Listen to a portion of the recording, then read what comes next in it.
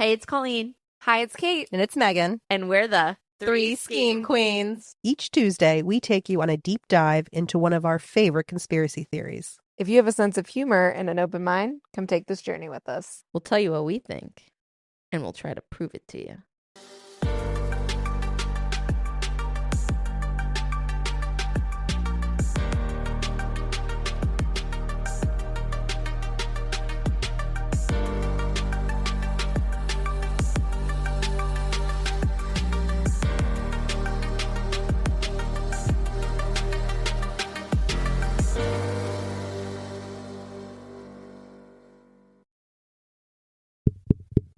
Is this thing on? Hey, guys.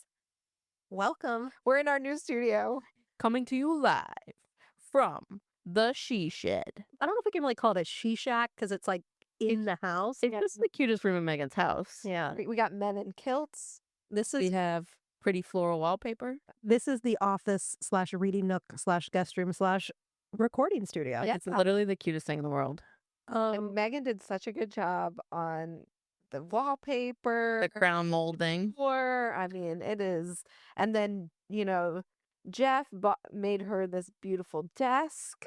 A brother. She has this cute body pillow that we're leaning against. It's just a whole vibe. My friends have really been hyping me up this week. I love this. Megan's favorite time. Well, first of all, We're here. Yeah. Three Ski Queens. We are the three again. Colleen took a hiatus from all of her babysitting and dog sitting and side hustles to join us. Yeah. The busiest person in the world. Yeah. Big news. Yes. What's the big news? Well, since we last recorded, we have a new Taylor Swift album. Oh, that's right. I was like, what is the big news? I do not understand. Yes, Taylor Swift.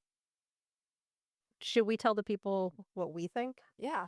Well, I just also, we have a whiteboard at my apartment that I put my schedule on, and I put TS13 in all caps with sparkles and different colors because I was so excited. Awkward. This is not TS13. No, definitely not. Mermaid Girl and I had a little midnight listening party. Yeah, it was cute. I fell asleep. But we're all going to definitely have to have a listening party for TS13. Yeah. Oh, for sure. Very divisive. People have strong opinions. I say, first of all, you can't say you hate it if you haven't listened 3 times. Yeah, you have to listen to it more than That's once. the rule. Taylor Swift grows on you. Mm-hmm. And number 2, I would say it might not be her deepest album, but it's got a lot of bops. She's happy. And you know what? There's a song for every mood from Taylor Swift. Yeah. So if you're not feeling, Life of a Showgirl, Put a different album on. Go put Tortured Yeah. Blood Sparkle on. Also, I don't understand how you can say that this isn't as deep because she's still singing about the fate of Ophelia, which then people are like, who's Ophelia? Yeah, And then people you have don't to even go know. down the rabbit hole of who Ophelia is. So People didn't even know half her references until That's why she grows on you. Yeah. Right. Because you listen and you re-listen, you're like, that was so and deep. she's smarter than all of us. This morning, I just texted them in the car, and I was like, I just had 3 epiphanies about references she made in her songs that I haven't heard up until now. Anyway, we don't want to spend too much time talking about this because not all of our listeners are Swifties. Yeah. We could do an episode. But I'm sure you all have been dying to know what the 3 Scheme Queens think, we're all Yeah. pro. and we are all pro. definitely pro. Yeah. Sure. This might be my new favorite. I mean, I love 1989. This is similar. 1989 vibes. It's very similar vibes, which is probably why I like it so much. I mean, you guys know, I have been saying since Before midnight. before Midnights that I just was ready. I love all the I want a love album. but I was ready Yeah. for an album that Kate and I can go dance to with Mermaid Girl That's and it. get pertussis at Yeah. the club. Yeah. And I feel like, because that happened, guys. Yeah. And I feel like this was it. Yeah. I got my dance. And there's not a single skip on this. No. There's skips on 1989 for me. Shake It Off, skip. Oh, I like Shake It Off. Oh, no. No, this album has 0 skips. Yeah, I don't think it's going to be my favorite album. No. But it's definitely, I don't think anything tops Wreck. I love Ruin the Friendship. Don't know what it's doing on this album. It's definitely giving Fearless or, Vibes. yeah, but yeah, but I love the song, and I'm with you guys. No skips. No skips. So is it time for our Drink check. We have, I'm going to get into it. We have a listener recommendation here. Oh, we do? Yes. We'll get into it, but our story is taking place in England. Actually, our next 2 episodes, this week and next week. Can we hear a British accent? Yeah, we can. It's my Cockney accent. No, it's not. Hold on. You're right. You're a wizard, Harry. He's Scottish, isn't he? Isn't Hagrid Scottish? It's Leviosa, not Leviosa. Right. But first, because this week and next week we have some British stories to round out our true crime burr, Yeah. we're having a snake bite. Yeah. An authentic drink I've had in many a British pub. I've never heard of it before. The way I've always had it, though, has been with a lager and a cider. So that's what it is. Half hard cider, half lager. But then when I went online, they were talking about doing it with a dark beer like Guinness. So we made each of them. Colleen's feeling the Guinness one. I like it. It's good. I am having the lager, and Kate had a sip and did not make a face and is drinking a seltzer. Yeah. She didn't like it. I said, I said, Megan, don't make 3. I said, do you want She said, wait, put that other cup away. I said, I'm sure you don't want a beer. Do you want some cider? And she said, I don't like cider. I said, of course you don't. So here we are. I love cider. Girl who knows what she likes. So that was our drink check. Yeah. 2/3 of the Scheme Queens approve. Yeah. Why do they call it a snake? Honestly, it's a great drink for the vibes. For Yeah. today. Yeah. It's fall. It feels like a fall drink. Yeah. So Michelle, a listener, she recommended some kind of local conspiracy she wanted to hear about. Okay. Oh, what did she want to hear? And this is the first one. This is about Lord Lucan. So Lord Lucan, the 7th Earl of Lucan, vanished in 1974 under circumstances so strange they have fueled decades of conspiracy theories. 1974? Yep. Okay. Wow. We're 30 years ahead of last week. So there was definitely electricity. In my head, I'm thinking of it back in the 1800s because of the lords. People are still No, think like Downton Brit- Abbey. it's- think like Downton Abbey. they still are lords and ladies. It's the British Um, aristocracy is still alive and well. Oh, yeah, that's true. Parliament. So on November 7th, his family's nanny, Sandra Rivett, was brutally murdered, and his estranged wife, Veronica, survived a violent attack. While police named Lucan as the prime suspect, he disappeared without a trace that night, leaving behind a cryptic note to his mother and hints that he might have planned his escape. Some theorists suggest that Lucan didn't just flee. He orchestrated a perfect vanishing act using his wealth, aristocratic connections, and meticulous planning to vanish from the public eye and start a new life abroad. The mystique of Lord Lucan continues to grow because there is no closure, no body, no confirmed sightings, no final confession, just endless speculation. Lucan was declared legally dead in 1999, 25 years after his disappearance. The conspiracy theories about his survival persist. So he disappears after the murder? Yeah. But not during the murder. How could he disappear during the murder? Okay, well, hold on. He was not present immediately after the murder. The murder happened. Why don't you just wait Okay. for the story? Okay. I'm trying to put the timeline in my head. he looks like he would be like such an a-hole and degrading, but he's just kind of nice to look at. Like, He's not unattractive, but he looks a little douchey. he looks like a period piece man, and I'm really into that. He looks like Schmidt. Yes. Yeah. He does look like Schmidt. Like, if a frat boy was British, Also, was a British lord. yeah. Yeah. Also, that kind of looks like Brad Pitt trying to play him. So let me start by telling you about the murder victim, because the murder victim always gets lost in all This is the nanny. the nanny. Oh, he was definitely boning her. That's what I think. Actually, There is no evidence of that, and she pretty much hated him. I really hate sex. But yeah, you would assume when you hear the story that the nanny was murdered and the wife was assaulted by allegedly the kid's dad, you assume they were probably. Oh, most definitely. So Sandra Rivett was born September 16th, 1945. She was a popular, intelligent teenager, but she did not excel academically. She did suffer from mental health issues, specifically depression, and had been a voluntary patient in a mental hospital. She had a son, Stephen, in 1964, but after the dissolution of her engagement, her parents, Albert and Eunice, ended up adopting the baby the following year. Hmm. Then she had another son, Neil, who was also put up for adoption at birth. Well, there's a whole documentary about the son, Neil, and I think he's got some Well, issues. So this is the nanny had 2 children that were adopted, but was she like a teenage? She was engaged. She had a baby with her fiance. Okay. That engagement ends. Her parents adopt the baby. Okay. Her parents. I heard. That was the first one. Okay. Then she had another baby. I cannot tell you the details of that.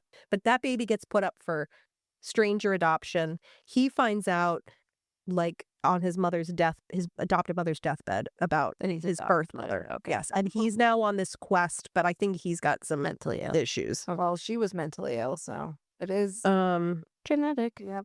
In 1967, she was married to Roger Rivett, a Royal Navy able seaman. And eventually, Robert became distrustful of what Sandra was doing while he was at work, so they separated. She took a job as a nanny for Lord and Lady Lucan and her 3 children just 10 weeks before the murder. Oh. So she was only working for this family for 2.5 months. So she was only the nanny for 2 months? 2.5 months. Right. Whoa. And she got brutally murdered. Mm-hmm. So she wasn't like a young nanny. She was kind of like. He was born in 1945, and this is 1974, so 29. Oh, I guess that is kind of young. She's kind of young, yeah. Yeah, she's kind of a maid by then. So Lord Lucan, he is like the British D.B. Cooper meets O.J. Simpson. Ooh. He was born December 18th, 1934, to an Anglo-Irish aristocratic family. The family spent much of his childhood living in New York, but moved back to England in 1945. He attended Eton College, where he got into gambling and was a bookie. Oh. From 1953 to 1954, he served in the British Army and was stationed in West Germany, where he mastered poker. He briefly worked at Brandt's Merchant Bank in London, and he failed to progress there because he was making £500 a year, and then he won £26,000 in a game, and he was like, why am I working so hard at the bank? I can just be a professional gambler. So he earned the nickname Lucky, and people say initially it was because he won this £26,000. They're like, man, you're lucky. And then it became sort of facetious because he was so bad. He was always losing, like an ironic nickname. He's so lucky. He's a star. Yeah. In 1963, he met Veronica Duncan. I did see in one of these documentaries that people were like, actually, we all thought maybe he was like gay. Oh. Always pro. Well, no, actually, I like the way the British person said it in the one documentary. She was like, he was known to be safe in a taxi or something like that. Oh. Like you didn't have to worry about him. Touching your tits. Yeah. So it sounds like they probably, it was sort of like, you're a lord, you need to settle down, you need to have some children. Yeah.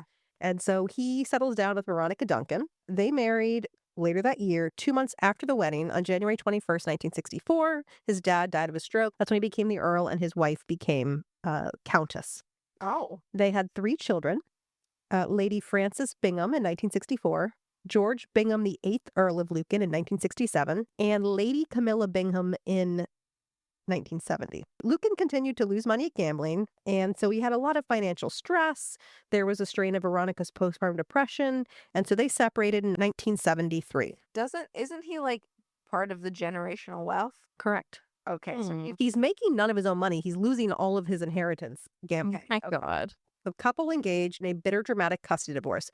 She made allegations of violence and odd sexual proclivities. Ooh. He reported that she was mentally ill. Yeah, he looks like the kind of guy that would be like, put you in a sex trap and then like, do you know what I mean? Like he looks like he's into weird stuff. Okay. I could see it. You You know what I mean? yeah, I guess. You guys haven't lived on the internet long enough.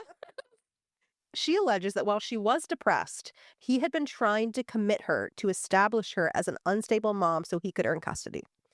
So while she was under psychiatric care, because she was bipolar, she had a letter from a doctor saying that as long as she took her lithium, God. she was a safe mother. Oh. So again, early 70s, he's heavy into gambling and drinking. He had just spent about £20,000 on this custody battle, which he ultimately lost. And so he had been stalking her, and he even had audio recordings of phone conversations in which he accused her of being a mentally unfit parent. He's crazy. Yeah, this sounds like a very toxic. He would like call the house. He would taunt her. He would hang up. We've got all this recorded. Wow. Apparently one time the nanny like picked up the phone, was like, leave us the F alone. And like, whatever. Wow. That's our background. Okay. Here's our story.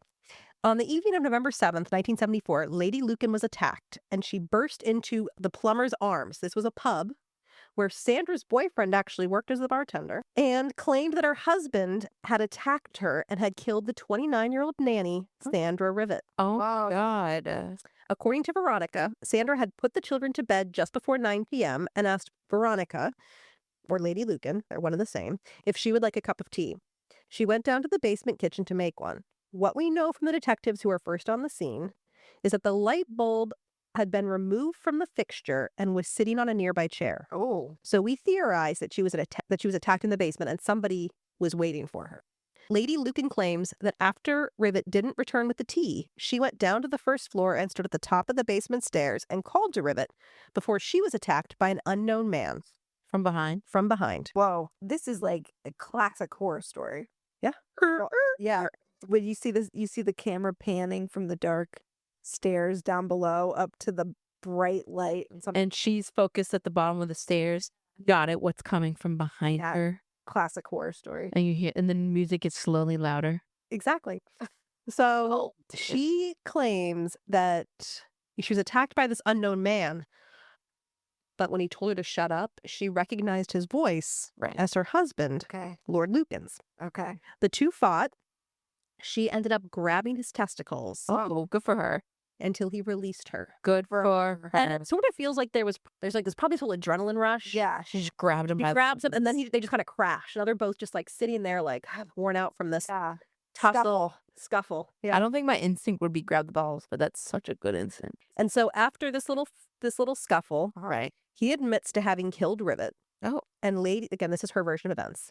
And Lady Lucan offered to help him escape, but she had to like manipulate him a little bit, right? So she was like, I have to recover from this fight we just had. Right. So if you stay here for a couple days and help me recover, I will help you flee London. Right. Oh, so he's stupid. Right. Like, So killed her. he put his oldest daughter to bed. Plot hole. Somebody woke up probably. Oh, so the daughter for sure saw the dad in the house. She saw both her parents in the house after this fight. Okay. Oh, And you're jumping ahead. This is real. I guess like the oldest daughter comes out. He's like, let's go back to bed. He puts her to bed. And then he tells Veronica she's bloody. She can't be laying down on the bed, getting blood stains anywhere. So he tells her to lay on a towel. He went into the bathroom to get a towel and then also maybe some sedatives for her. Whoa. And she takes that opportunity to run. Good for her. And that's when she fled to Plummer's Arms. Which is a bar. And it is important to note that blood typing is like pre-DNA.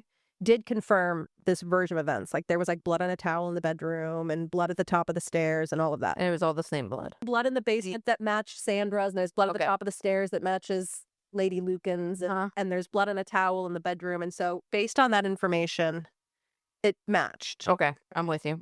9:45 p.m. now. So at 9:45, she ran into the Plumber's Arms yelling, help me, help me, help me. I have just escaped being murdered. He is in the house and he has murdered the nanny. The police arrived. They noted that the front door was kicked in. They found a bloody towel in the first floor bedroom, and the top of the basement staircase was bloodstained.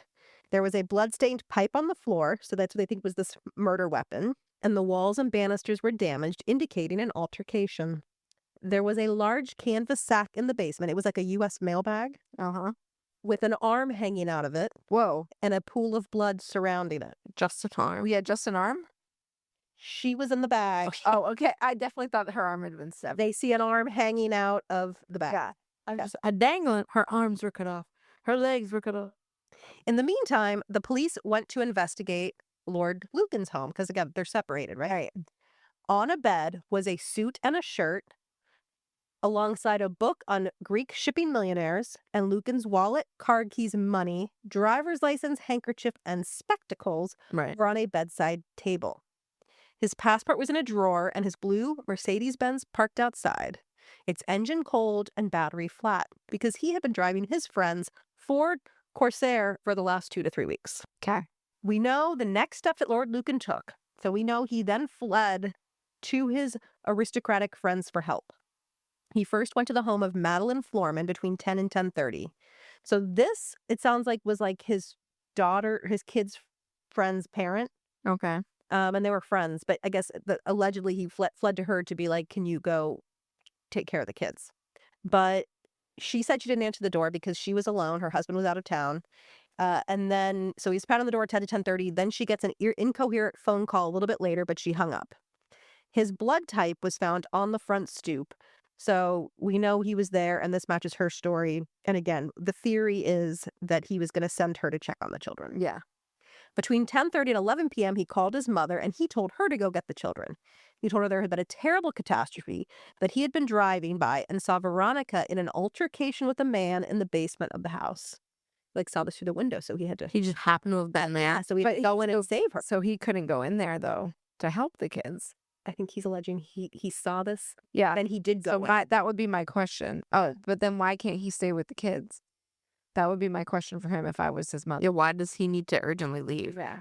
So then he drove the Ford Corsair 42 miles to East Sussex to meet the Maxwell Scotts. While there, the Earl had written 2 letters to his brother-in-law, Bill Shankid, who was the step-uncle of Princess Diana, Oh. and posted them to his London address.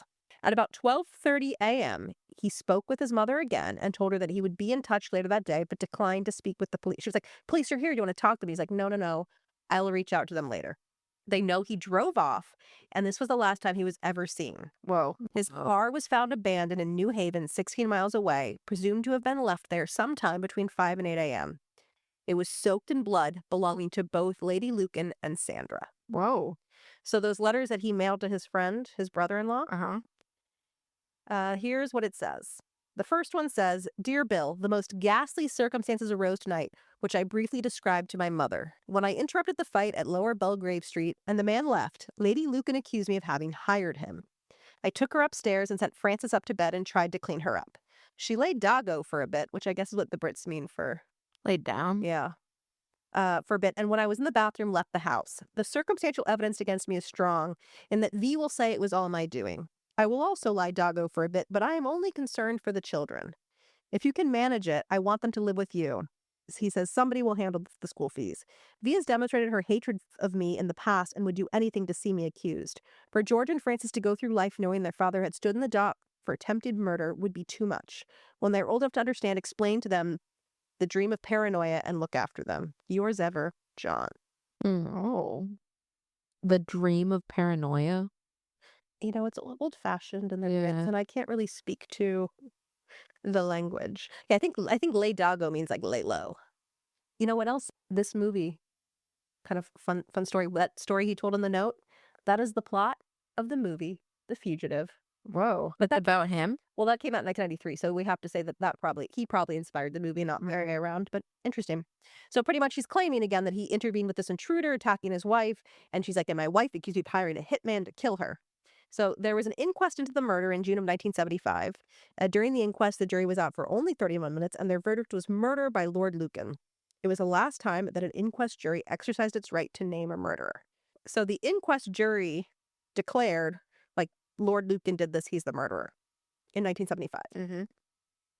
In October 2004, Scotland Yard reopened the case, and it's been open ever since. Okay. So it's considered unsolved now.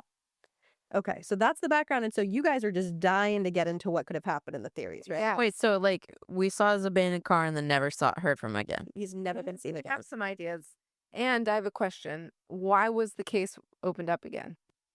They were looking for DNA. I mean, I think probably there's a lot of circumstantial evidence, but like I think it's probably different from just having a bunch of people sit around in the 70s and be like, "Yeah, we think this guy did it. That sounds good," and like actually having evidence and proof, and Yeah. a real trial by jury and all. Yeah.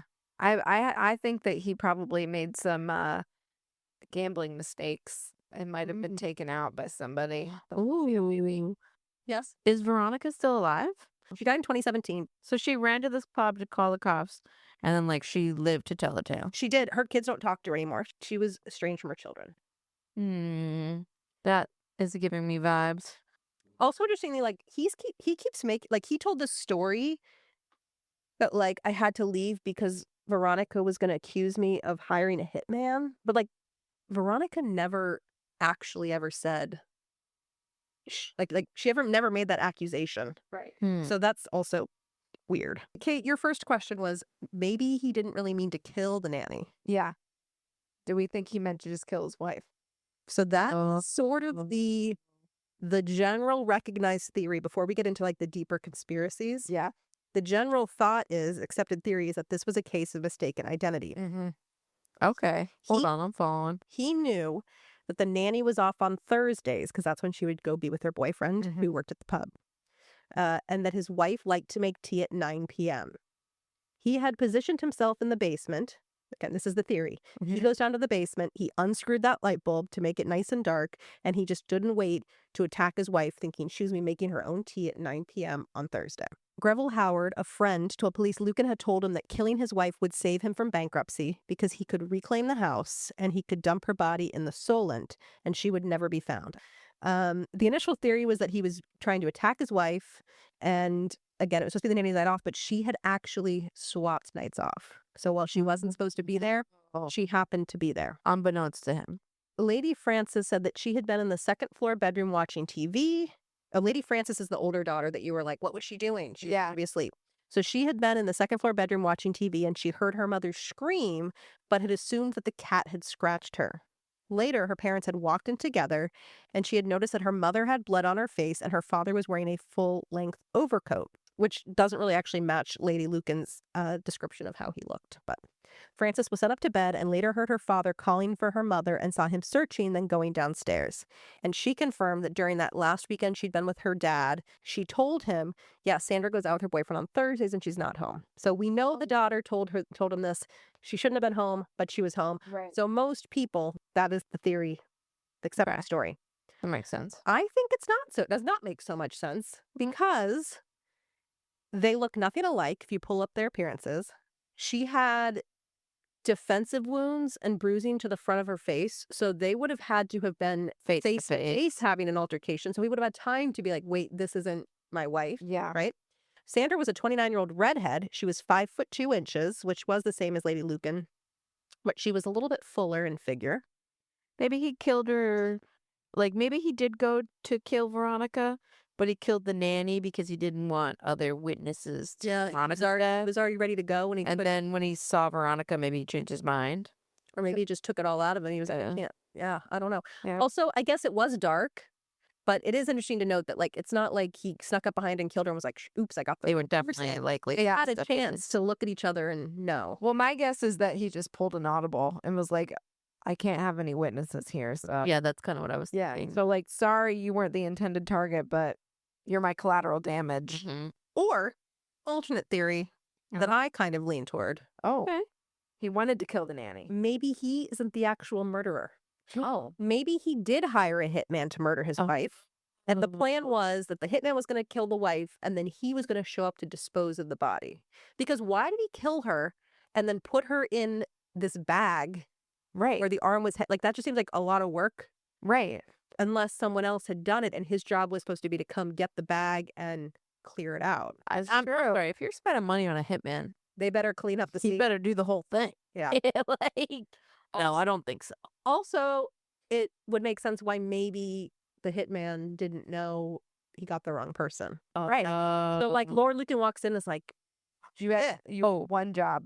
maybe he was telling a partial truth and that he was doing a drive-by because maybe he knew that the hitman was coming that night and was doing a drive-by, but then chickened out and tried to come in and stop the That- hitman. Yeah, that actually Yeah. makes sense too, because maybe that both stories are technically right. Technically true, yeah. He's like, the circumstantial evidence is awful, to be clear, but I have a reason why. Yeah. Okay. Lady Lucan, who again just died in 2017, she has never been of the opinion that her husband hired a hitman to kill her, contrary to what he wrote in this letters, again, where he said, my wife's going to accuse me of hiring a hitman. She's never accused him. But again, I think that the way that body was packed in the canvas bag gives, like, I'll take care of your wife and you just dispose of this. Yeah. So that But also, like, if there was a hitman, wouldn't she have remembered there being another man? But she was upstairs. She just came down, came in to get the body. Okay. Wait. Did the basement have an exit? Or was it one of these things where you had to go back up the stairs? You don't know. I'm also assuming it's a big house because they're rich. Yeah, but But it's like London. It's like right. Oh. Right. I do believe, Kate, that when you see pictures, there's like an English basement situation. So I think there was probably a basement exit. Okay. Okay. All right. Because so then the hitman, because that was my question, is like, If he runs in, where does the hitman go? Yeah. yeah, but and also if he was down in the basement and then she looked down in the basement and got attacked from behind, like, did he know to come upstairs and like grab her, or do you Yeah. think that they would have just waited down in the basement? I think the hitman killed her in the basement, puts her in a bag, leaves. Maybe while this is happening, Lord Lucan drives by and is like, this is my story. This is whatever. I'm going to go in and say I intercepted this thing. Right. He walks in. He just happens to walk in behind his wife, who's like, hey, where's the tea? Right. So now he comes up behind her on the first floor and is like, she's still alive. He didn't do his job. Yeah. And takes Oh. Well, that's what I guess what I'm saying is, if you think it's one killer, if you think he is the one that was in the basement, If you think Lord Lucan did it in the basement, right, then why how did he end up behind her upstairs? exactly? That's a great thought. Well, I don't think that Lord Lucan necessarily killed her, so you've just given me more ammo for Okay. my opinion. Then a couple more theories. Again, we got a couple more theories, and then we're going to talk about the conspiracies. The conspiracy. So I think that when people are doing investigative, like they're doing investigations, they should always bring us on board, because I think Yeah. they're great questions. I think we're really smart. Yeah. So then there's this other kind of crazy theory that maybe Lady Lucan killed her to frame her husband. Oh. And there's a couple different things about this. On the one hand, they're saying Lady Lucan was beat pretty good. Yeah. So like she probably had a TBI. So even her version of events, when if she was being honest with her version of events, can we really believe it with 100% accuracy? Oh. Would she have got part of the story wrong? But also, there's some circumstantial evidence, such as the presence of both Lady Lucan and Rivett's blood at the crime scene, the possibility that Lady Lucan's head injuries were self-inflicted, because I think people just think she was crazy enough that she could have done that. I don't know that we have any proof that like she caused her own injuries. And she was in the middle of this very bitter custody battle, and so I think people are just like, no one actually saw him. We all assume Lord Lucan killed her. No one actually saw it. How do we know it wasn't the wife? She had motive. Maybe she was trying to set him up, make him look bad, frame him. And then there's also theories that as we get into the gambling underworld, that maybe he had some enemies who were trying to frame him. Yeah. That, like, not so much that he hired someone to But kill somebody, but somebody was trying to set him up I think I'm more pro to that. frame him. Yeah, I think I'm more pro that. Her son the son, who is, was estranged from his mother at the end of life, says, I've always thought it extraordinarily unlikely my father went into our family home, wandered down, and killed anybody with a piece of lead piping for the love of his children, while those very children might as well have come downstairs and witnessed this appalling carnage. I think definitely gambling was involved. And like a what do you call it? A mob boss. Yeah. So Yeah. mob's a theory.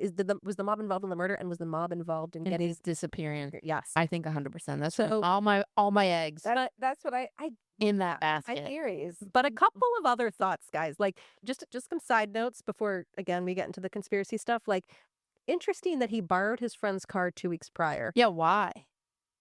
He said he was having car issues, but did he need a alternative vehicle because he was planning this? Yeah. Right? He had an extra murder weapon in the car. They found like another piece of pipe in the car, so that was weird. Another theory is that this was just a random burglary gone wrong, which is kind of the way Lord Lucan tells it, right? So that Sandra was killed not by Lord Lucan, but by an intruder who broke into the house that night. They were in a very kind of posh neighborhood, but there were a string of burglaries in the 1970s.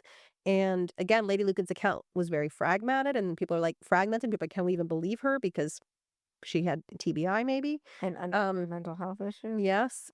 And so then people are like, and maybe Lord Lucan, as he said, just like panicked because he was like, people are going to blame me. And he just Vanished. Yeah.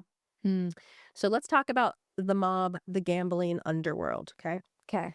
Lucan was drowning in gambling debts, and some theories claim that Sandra's murder was a warning hit gone wrong, ordered by criminal creditors to intimidate him. If you believe this, then the killers bungled the job, right? They murdered the nanny on accident instead of Veronica. Right. And again, his disappearance might have been orchestrated by the same people to just silence them and cover their tracks.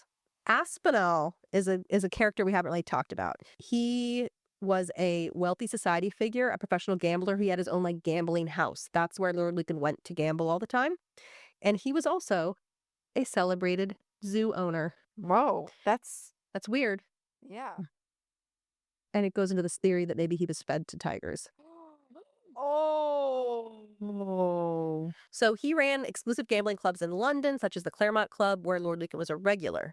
And so, again, when we know that Lord Lucan fled and he was going to all of his rich friends and he was looking for help, again, people are like, I think that his kind of wealthy friends from this world helped him make his escape. Aspinall himself claimed that Lucan confided in him after the killing, telling him it was a mistake and that he had meant to kill his estranged wife, Veronica. Oh. And actually, in one of these documentaries, the allegation is that Aspinall had just gone through like a divorce. His wife had cheated on him and he managed to like get the kids and the money. Uh-huh. And so they're talking about how when he's trying to get divorced, maybe Aspinall's in his ear like, you got to do something to make sure you get the kids and you get the money. Yeah. And he was maybe encouraging him in this whole like, let's paint a picture of she's crazy and needs to be, put in a psychiatric ward.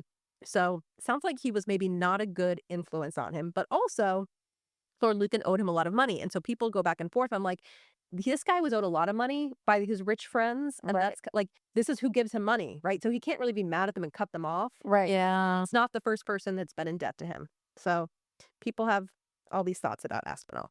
So Aspinall said I did talk to him. He told me that he did it, but it was a mistake. And then Aspinall thinks that Lord Lucan then killed himself afterwards.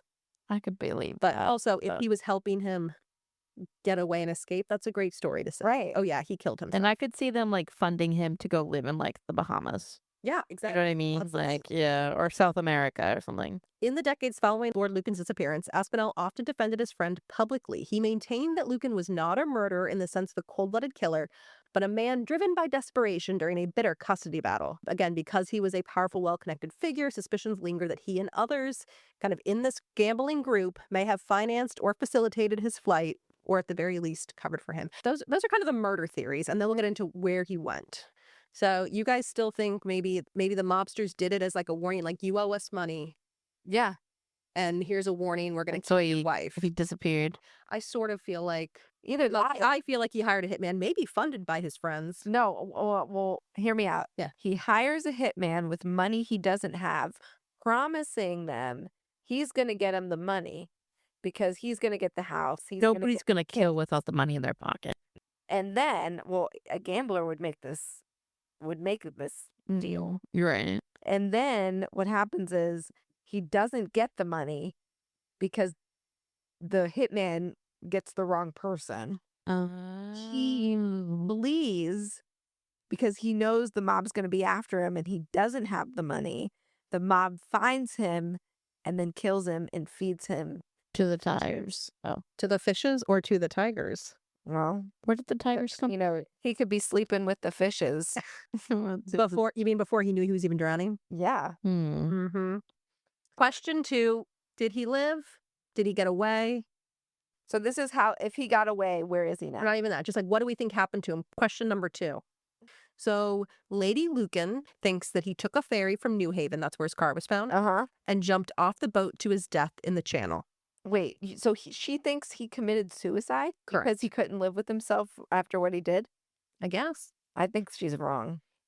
He was declared legally dead in 1999, but there's a lot of drama here. The son, George, was to inherit his titles, so he pushed for his dad to be declared legally dead because then he became Lord. Oh, and then he gets the money. Well, there's not any money. It's just titles. Right. The police said, okay, because they want a tidy ending, right? The police is like, yeah, you want him declared dead, we'll do that because then we don't have to like look for him anymore, right? But again, people believe he's still alive. I mean, Here are the questions. Did he have the money to start over? Did he? We think not, but he knew people, right? Right. Maybe he got it from his mom or his brother-in-law. my thing is, if he's getting it from his friends, who's willing to fund his disappearance for that long? Like to today?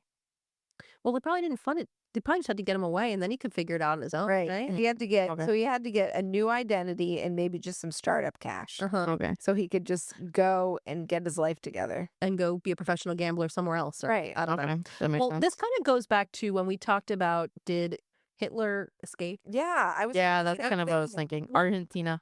So Lord Lucan has that very, what's that mustache.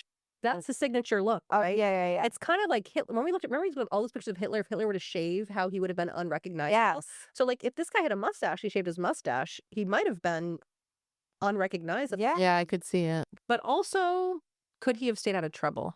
Like, again, No. like Hitler. I'm like, I don't think Hitler didn't have the ego to like get himself caught. Right. I feel like could this guy have escaped somewhere and been like, I'm done with the gambling. No, good. he had Yeah, the no. personality, Yeah. clearly.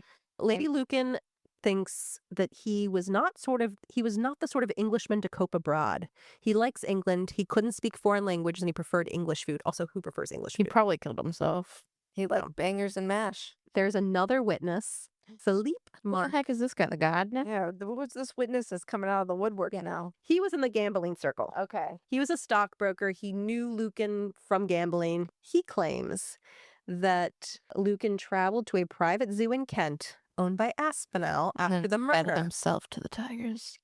He said they had a conversation. Aspinall was like, what? They talked about like what's best for your family, Lord Lucan. Uh-huh. And after that conversation, a pistol was offered to Lord Lucan, who took it, went into a room on his own, and shot himself dead. Whoa. Okay. He was told that the body was then fed to one of John Aspinall's tiger. I believe that. Will tigers eat humans? They'll eat whatever you want if they're hungry enough. Didn't you watch, what's that show that was trending during? Oh, Tiger King. Yeah. They'll eat whatever you want if they're hungry enough. You know what I mean?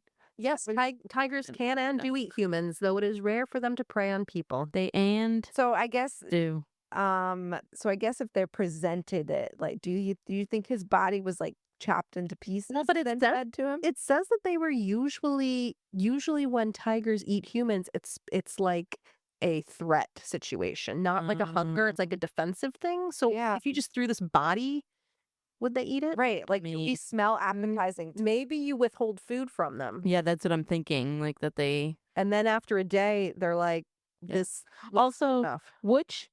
how many rich people are taking actually good care of large cats? So these cats are probably underfed, malnourished, not in their correct environment, willing to eat whatever. So I bet they did eat the body. And Did they test the poop? Can you test the poop? I don't know. Can they digest? Probably now. I'm sure you could now, but Did they eat the bone? I know I was I thinking don't would think they would eat the bones. be spitting Yeah, out. they would spit the bones out. And then you can't even really just burn the bones. Yeah, You what do got do with the grind 'em. bone? Right, yeah, right, We talked about that last week. right. You gotta grind them. And wouldn't they have found the bones? Like, did they do any investigation at the zoo? No, it's a random guy who's like, oh yeah, years ago this thing happened. It doesn't Yeah. know. No. Again, as far as why Aspinall just seems like such a weird character, they had dinner together on this night. Wait, were they I mean, Maybe. were they hooking up? he was kind of a weird dude in like the dramatic reenactment that I. Oh my god, I bet they were hooking up. There's always a gay subplot for Colleen. Colleen's like, course. now I'm interested. And now Lucan's like the gay in the basement, hiding away from public eye, and they have cats together. Suddenly it's romantic. So I'm into it. Aspinall and Lucan, as I said, were friends. In fact, Lucan was a regular at Claremont Club, Uh-huh. and they had dinner the night that this all went down. And then he left, and on the way home is apparently when he witnessed this thing and went to his house, right? Yeah. This circle of friends, who we think, if anyone was involved in helping him get away, could have been them. Uh-huh. They all claim that they think he died that night by his own hand. Mm? They say he was very skilled at motorboat racing, and I think he had a boat there at New Haven where his car was found, and I think he jumped into one of his little motorboats, went out to sea, put a big weight around his body, and jumped overboard and scuttled the boat. He said, well, I always think that if someone who has been a great friend is then in a terrible position, you rather feel more warmly towards them because that's when you're needed. A friend is needed when things are going badly. Anyone can be a friend of a successful man who's done nothing wrong and is in the New Year honors. But somebody who's in trouble, who's snapped and done something silly, that's when you need your friends. I'm more of a friend of his after than I was, though I haven't seen him. Because if he wanted me to do something, I'd do it for him. But he could be writing to him. Because he needs one, and like everyone else in life, I like to be needed. What's the use of a friend who, because you make one mistake, suddenly, I don't believe in that. So this Aspinall character sounds, Well, first of all, that was a very weird thing to say. yes. Yeah. It's like very like lots of ideas with like interjections, but not a lot of like places to take the sentence. Yeah. You know what I mean? Mm-hmm. He's not really committing to anything with that sentence. Mm-hmm. He's just being very vague. I just feel like I don't know why this guy got involved, but I feel like he definitely is involved and he definitely knows something. And again, I kind of think I can believe the dramatization that I'm going to link as our recommended content, where the theory is that he was like, you got to do what it takes to get your kids, and that maybe he was like involved in this, and then when it went wrong, maybe he helped him get away, or gave him the gun and fed him to his tigers. I don't know, but definitely I feel like he knows something. Yeah. His assistant claims that she actually helped book flights for Lord Lucan's children to go to Africa to see their father in the late 70s. Whoa. And so her version is that the kids never saw the dad, but they would like send the kids where the dad was so the dad could like See them. see them. Do you guys want to hear the sightings before you commit to whether or not you Yeah. Okay.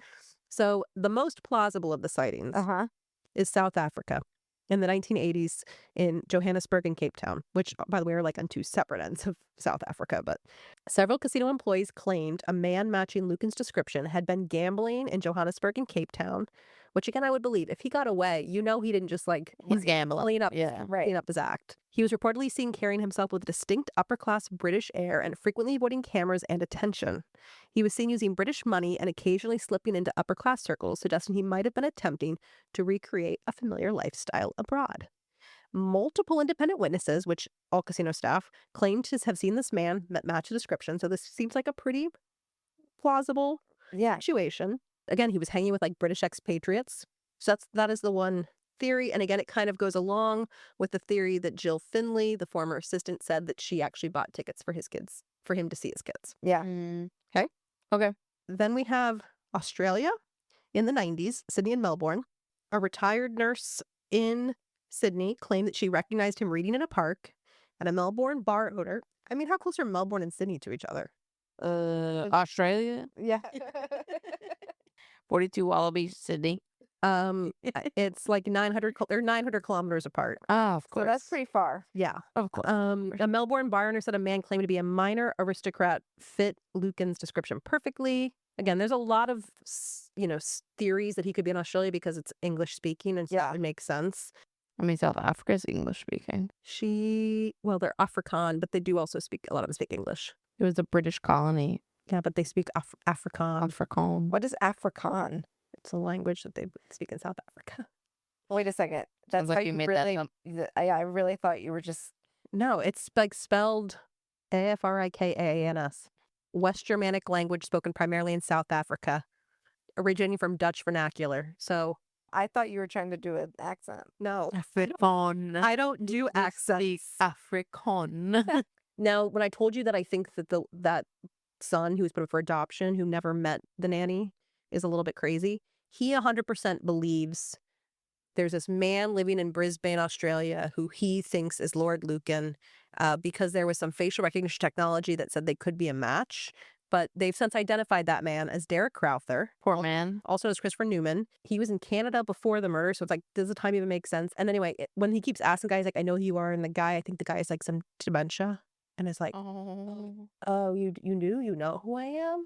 And there he's like, see, look, evidence.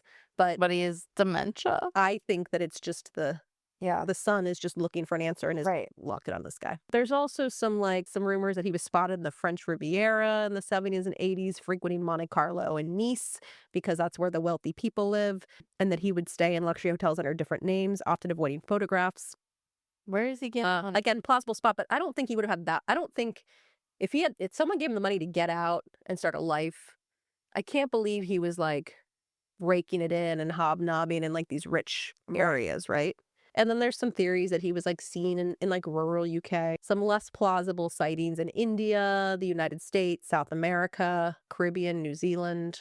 So there we go. Do you guys think I think he got fed to the tiger by the mob. Yeah, I think the mob's involved. When we keep saying mob, we just mean like the gambler, the gambling people. Well, I mean, who do you think owns the casinos? The mobs. Well, I don't know if it's like, I don't know. It was all but that guy's name I kept saying. He owned the casino? I said that like 3 times. Oh, missed that part. He owned the Claremont. I think I definitely thought he just ran in the circles. No. I think I believe that he gave him a gun and told him to kill himself and fed him to the tigers.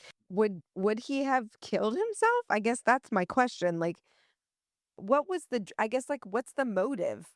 What's the motive? I mean, to what himself? can he do after this? What's the motive? He to- knows he's framed. He said he didn't want his kids to watch him go to jail. get accused of murder and everything. Why would the friend then feed him to a tiger?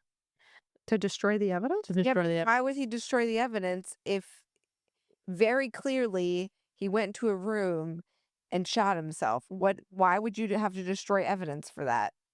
Well, they'd be aiding and abetting a criminal if they saw him. Yeah, He was on the because run. They knew he killed somebody. I don't know. I do think that He wanted him to be eaten by a tiger. I think Let that me the tell tiger. this. I think the tiger thing is a leap. I think someone was just like, this man owned a zoo, Yeah. and then like that makes for a really great story. Right. I feel like he has. If he wasn't found, I feel like he's got to be dead at this point. Even if he got away, Yeah. he's definitely dead now, right? Yeah, it was definitely dead right now, especially if he was continuing his gambling lifestyle. Oh, yeah. And I mean, it's almost 2030. He's dead. also, I have to remind myself that it's probably a lot easier to disappear in like the 70s when you don't have That's what I was thinking. cameras, Social media. yeah, No facial recognition. yeah. I don't know. I like my idea where he hired a hitman with the money that he didn't have, promising him that he was going to get him the money with the estate that he would have like inherited it when his wife died. However, the plan was botched. He could not get the money, and then he had to go on the run, and the mob found him, and somehow they killed him and got rid of the body. Sleeping with the fishes In the channel. Okay. Colleen. I think gambling mob men killed Nanny, wanting to have killed Veronica. Okay. Because he owed them money. Okay. And then went after him. And did he get away or was he murdered? Murdered. Okay. Murdered. Yeah, I think he took out a hit because he wanted his wife out of the picture so that he could have the house because he was in so much debt. He could have his kids. Yeah. And then it just went badly. And although I agree with Colleen that like if I'm paying a hitman, Clean it up. get the body out of the house. Yeah.